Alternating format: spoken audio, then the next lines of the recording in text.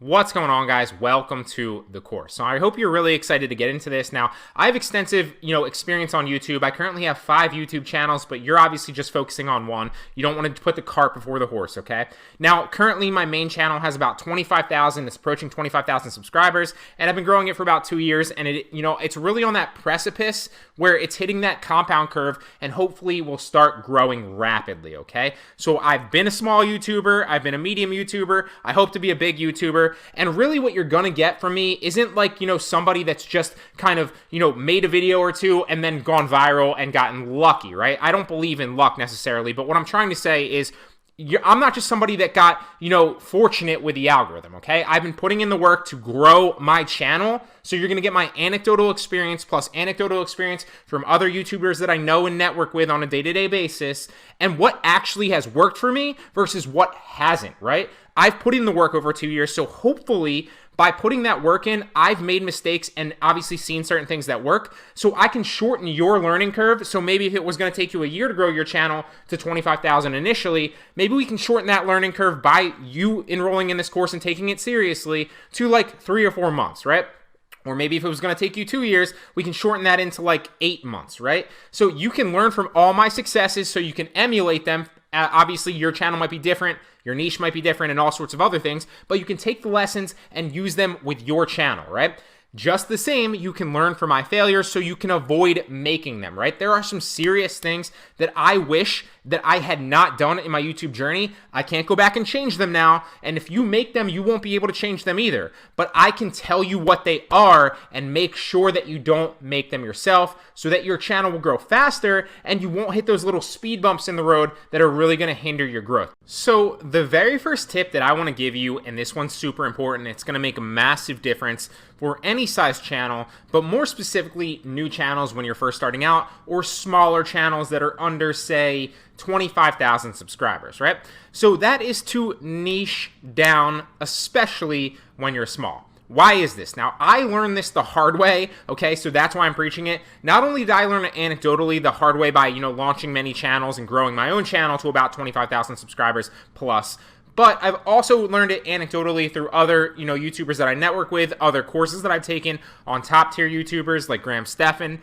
So you really want to niche down. It's really going to help you build consistent views and grow an audience around that topic when you are small, okay? So it's going to give your videos more of a push in the algorithm, and your audience, the entirety of your audience, will be interested in watching your videos, okay? So I fought this for so long. I created videos.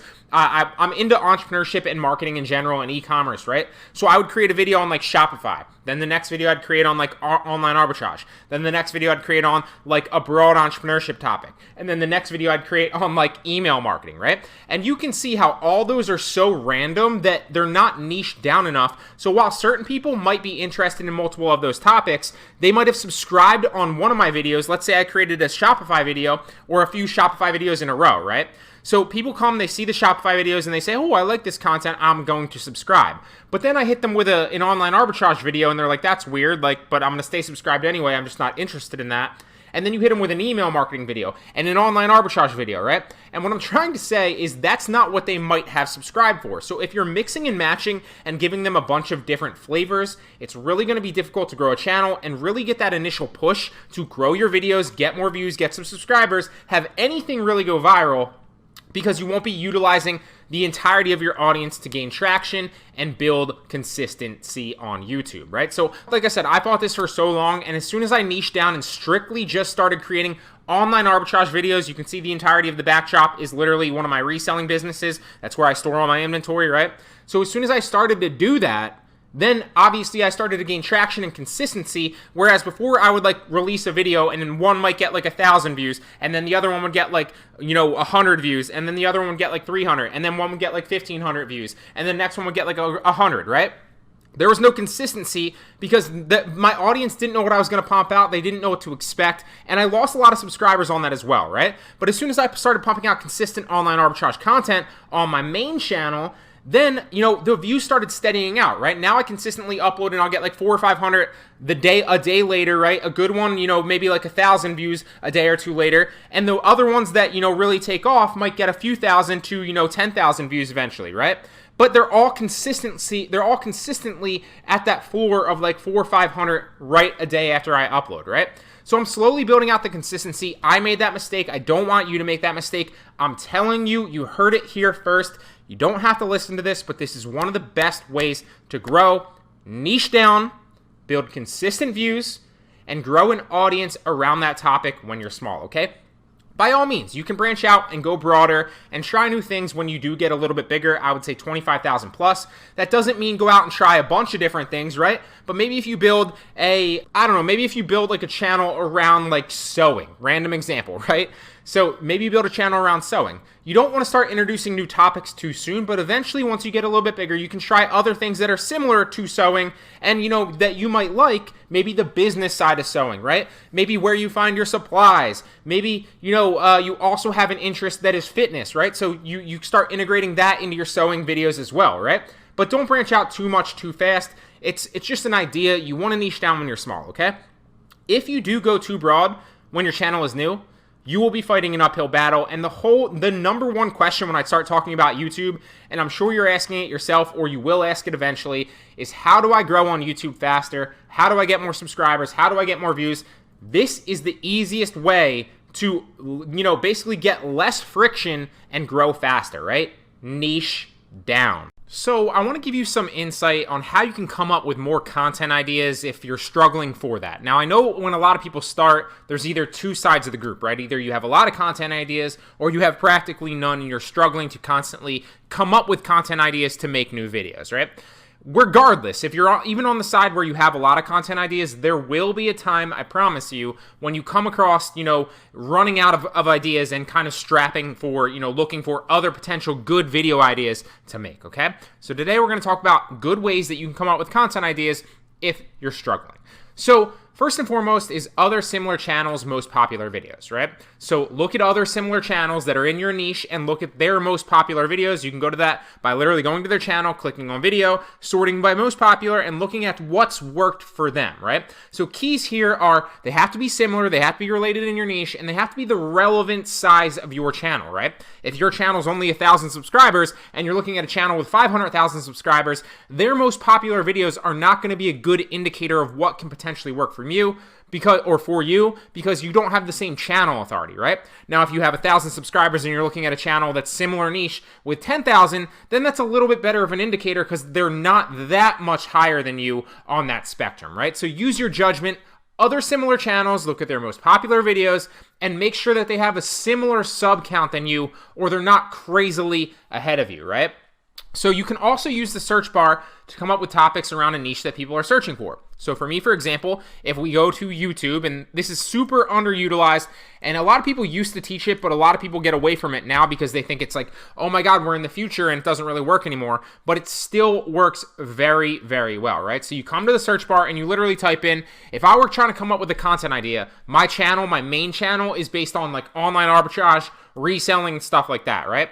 So what I would type in is like reselling and see what pops up. Reselling sneakers, it's telling me, literally YouTube is telling me that this is what it thinks I'm searching for because the majority of people type in reselling sneakers. A lot of people are typing in reselling on eBay. A lot of people are typing in reselling business. So what I could say is maybe I come up with a content idea of like how to start a reselling business for beginners, right? And that might be a good idea. Reselling on Poshmark.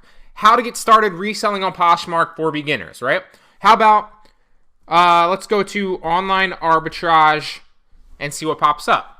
So online arbitrage for FBA, online arbitrage sourcing. And keep in mind, you do want to look at the competition on these. So if we go back to like reselling, for example, reselling sneakers, let's go to reselling on Poshmark because that's obviously popping up enough. So what I want to look at is what are the channel sizes of these people that are ranking? What are the views and how long has it been since they posted them, right? This girl got 60,000 views 7 months ago. I would gladly take that. But is this something I can potentially rank for if I make a similar video that's just as good or if not better on this, right? And then basically rank it on this actual search term, right? So, and keep in mind, this is evergreen, okay? So if you're going after things like that, it very well could, kind of pop off and go viral very, very fast because there's obviously search traffic for it. But when you're looking for, something like this, like search traffic, it's going to be evergreen, right? So what evergreen means is it's long-term. It's going to bring consistent views over the long term of your channel, right? So it's going to consistently build out that view count over that number, and maybe you get to that 60,000 potentially in 7 months like this is showing, instead of, the 60,000 in the 1 month, and then it drops off and you don't get any more views, right? So it's evergreen. Keep that in mind. I like evergreen content. Don't get me wrong. You can go after viral videos as well. I'm going to talk about that here in a second. But evergreen's always the way to go. It's going to bring consistent views, consistent traffic and leads to your business and your YouTube channel, and consistent ad revenue, so it's not spiking all the time. It stays relatively the same and continues to grow slowly. Okay? So this girl has 43,000 subscribers roughly. I have about 26, I think, currently at the time of filming this, so definitely rankable potentially. If I made a similar video on this, how I make 4,000 in 1 month selling Poshmark, which I have done before. I don't do it every single month, but I have done that before. I can make a similar video and potentially rank that, right? So 41 brands that sell on Poshmark for $50. I couldn't make a video on that because I don't necessarily have an expertise on that per se. I could make a similar video, but I wouldn't really want to. Here's one right here. A year ago, 180,000 views. Poshmark selling tips top seller. I could clearly make this video because I know a lot about Poshmark and reselling. I also am a top seller myself. So let's see if we have similar channel authority and I can potentially rank a video in search like this. 52,000.8 subscribers. I have about 26,000. She has more than me, about double, but it's not that crazy. It's not like I'm looking at 26,000 to 126,000. It's just double my subscriber count. So this is something I could potentially go after, and I might actually save this potentially to see. I'm going to put it in my watch later to see if I maybe want to make that video later, right? So that's another way you can do it. Like we talked about, similar channels and most popular videos, right? Or use the search bar to come up with topics around the niche that people are already searching for evergreen viewership and evergreen views, okay? Another great way is go to Google Trends. We all know how to go to Google Trends. You can do that on your phone, download the Google Trend app, or simply go to Google Trends on your phone, on your browser, or you can go to the computer version of Google Trends and literally look through the trends, but the key is to pick something that's related to your niche, okay? Perfect example is, I live around Philadelphia, in the suburbs of Philadelphia, so I love the Sixers, obviously, right? So one thing I saw recently was Ben Simmons was trending on Google Trends, right? But I can't make a video on Ben Simmons, even though I know a lot about it, even though I care about it, even though it's trending and I potentially could get views, because it has nothing to do with my channel, okay? So Google Trends that are related to your channel and your niche, another great way to come up with content ideas that are going to get you good views. And finally, the last way, and probably the best way, is to literally use YouTube as a viewer yourself. Now, if you're creating a channel, then chances are you're also a user of YouTube yourself, right? And you like it, okay? So what you want to do is you want to use YouTube as a viewer yourself. You want to subscribe to other similar channels and other related channels that are in your niche. And you want to see what tends to be suggested to you and tends to be doing well for them, right? If you're subscribed to for me, for example, I'm online arbitrage. I've said that a million times and you're going to hear it a million more times, okay? So if I'm subscribed to online arbitrage, I want to subscribe to about 20 potential other people that I like their content, that are also in online arbitrage as well, and are similar channel size to me, maybe a little bit bigger, maybe a little bit less, but then I want to see what's suggested to me, because if I see a video that's a week old from somebody that's similar to me, and it's getting good traction, it has good views, well, that's a perfect potential opportunity if I can make a similar video and I have a similar expertise, and we're in the same niche, which obviously all those things are true for this example. It's a perfect example and a perfect opportunity for me to make a video like that, assuming obviously that it is in the similar niche, okay? So that would just indicate that there's a potential opportunity in the YouTube marketplace for a video like that right now, because YouTube is suggesting it, okay? One key here, one word of caution. I used to do this when I first started out as well, but I didn't go after only relevant videos. So I would go after anything trending that I saw. Huge mistake, okay? So I did make my highest, I think, ad revenue month was like a $2,500 month with a 26,000 subscriber channel. That's pretty good. And at the time, I think I had 9,000 subscribers. So I made $2,500 ad revenue 1 month, and then I think it fell off to $1,500 the next month. And currently I make maybe $800 a month for my channel, sometimes a little bit less, sometimes a little bit more. It's trending upward, so I'm excited about it. But at that time, I was probably earning $200 or $300 a month. So seeing that ad revenue spike was awesome. It was huge. But it was a huge mistake because I got a lot of subscribers from that trending video. It was a mystery box video, and I made 3 of them. That's why they kind of dispersed like that. I got millions of views on those videos, which for me was like unheard of, okay? I have since hidden them on my channel for this specific reason that I'm talking about.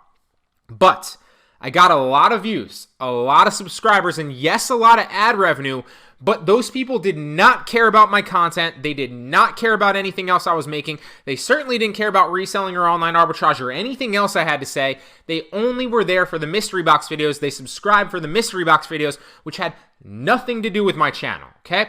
So don't make the same mistake I did, because that torpedoed my channel for the next year, and I'm still feeling the repercussions of it because I simply went after a trending video and then it killed my audience engagement. It killed my audience retention. Because what YouTube does, let's say you have 1,000 subscribers, right?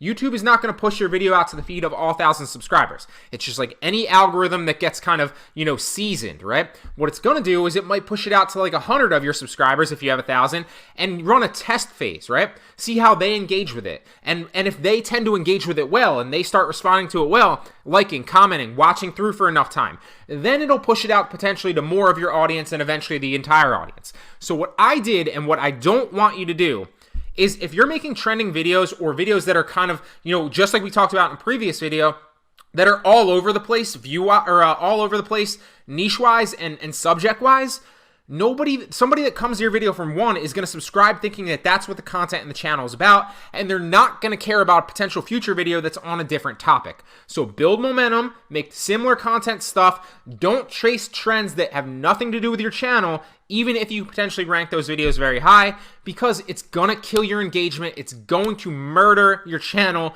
in the future and make it very, very difficult to come back from, okay? Don't make that same mistake I did. So, just to recap, you can use other similar channels' most popular videos. You can use the search bar to come up with content ideas for what people are searching for and go after evergreen viewership, and evergreen traffic. Google Trends is another great way, and you can also use YouTube yourself, subscribe to other similar channels, and see what tends to be doing well and is suggested to you. Just don't go after trends that have nothing to do with your content or your channel.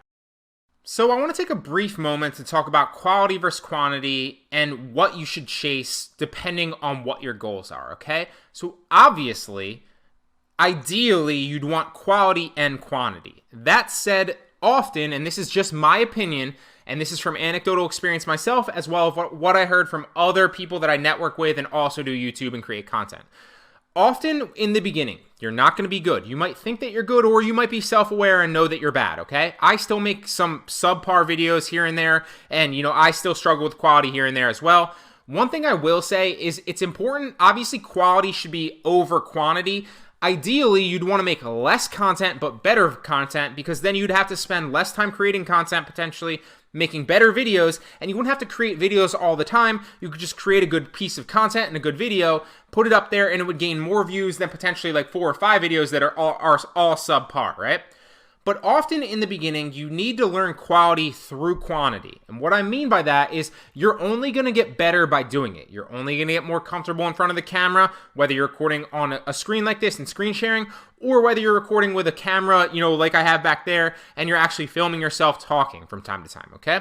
So I would recommend that in the beginning when you're starting, or if you're not fully confident, or you think that you need to improve your quality, don't just go after quality, because then you're going to be frustrated by putting in hours and hours and hours of post-production and editing work only to get slow traction on your videos, right? So in the beginning, I think it's better to go after quantity and learn quality by producing a lot of videos, hence the quantity, okay? Because you're going to learn better by doing, like I said, you're going to learn better editing techniques, certain little things here and there that are going to make your videos better. You're going to be more confident once you do it more, right? So trial by fire, start doing it, learn quality through quantity, and that is my take on the quality versus quantity debate. I want to talk about the importance of an upload schedule when you're starting out, and really just, even when your channel has a lot of traction. Now, it is not necessary, in my opinion, to have an upload schedule, but it can certainly help you get traction. The main reason being is your audience, once you start building know, like, and trust with certain audience members and certain subscribers, they're going to come back and they're going to know when to expect your content. So it's going to give it that initial push to get it out there and get it eyes on other people that might not be potentially subscribed, that might not, potentially be getting your videos in their feed all the time, because the people that know, like, and trust you are going to know when your content comes out typically, and they're going to go to that video, or they're already going to have the bell notified, right, to get them notified, and they're going to go and watch your video first and give it that initial push to get it out there to other people. So upload schedule, while I do think people overemphasize these little things, in the grand scheme of things, I like to tie it back to a diet, not to get off on a tangent, but it's like, people always ask me, because I used to be into nutrition and fitness a lot, and I still am, but I don't teach it anymore.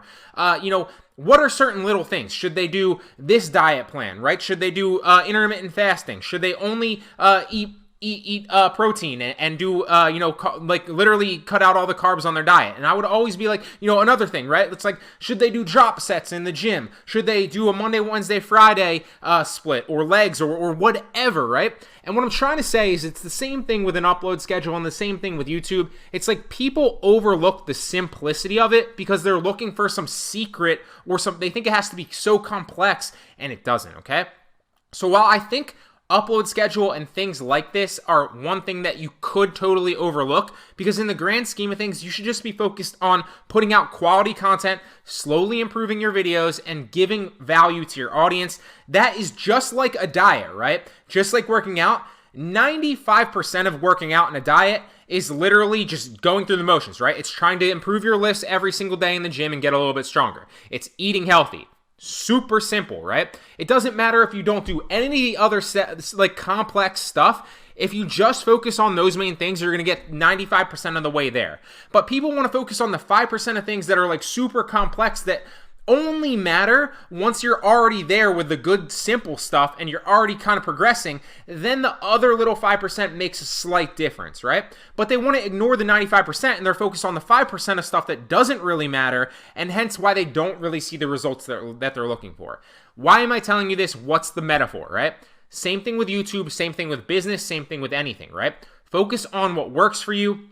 Focus on the important things. They're simple. They're always simple. It doesn't have to be complex. There's no secret. Quality content, get quality content out there, build traction, keep it in the same niche, and most importantly, improve your videos and give value to your audience. That said, if you do want to focus on the 5% that can potentially help, once you get there, an upload schedule can certainly do so, because like I said, it's going to let your audience know when to expect your content. One of the ways that you can do it is the same time every day, so potentially like 2 p.m. every single day is when I schedule my clip channel. The people that start to gain traction there know that the videos come out at 2 p.m. every single day, right? Another way that you could do it is, same time or days every single week, right? That's another way, reasonable example. Another few examples that most people tend to do that I see a lot across the industry are Monday, Wednesday, Friday split, or once a week if you're really producing high quality content, or every other day. The key here is it doesn't matter with your upload schedule. Like I said, it's not necessary. It can certainly help, but the key is just to try to keep it consistent as you can, because if you can keep it consistent, your audience is going to know when to expect your content, okay? Now, keep in mind too that you want to kind of look at your potential audience or your ideal audience that you're trying to grow. Where are they? Where do they live, right? That matters. What country? Because their country is going to dictate their time zone. When are they most likely going to be accessing YouTube, right? So I teach a lot of different people in the entire world, so I have viewership all over the world. But for my main online arbitrage channel, I'm mainly focused on US-based people, because that's the easiest for me to teach, because I'm in the US and I do online arbitrage in the US as well, right? So my ideal audience is somebody that's going to be on a similar time zone than me, depending, obviously you have like Eastern Standard Time, Central Time, and then Pacific Time in the US. But I need to keep in mind, what time of the day is it, when these people are going to be accessing it? What is it, lunch for them, right? Am I trying to put a video out at lunch when people can watch it on their lunch break? Am I trying to put a video out in the morning so people can watch it before they go to work, right? Am I trying to put a video on up after dinner so people can watch it after they're settled down and ready to kind of do so? The whole point being, keep in mind where your ideal audience lives in the world, what their time zone is, and more importantly, when they'll be accessing YouTube and have the opportunity to see your video.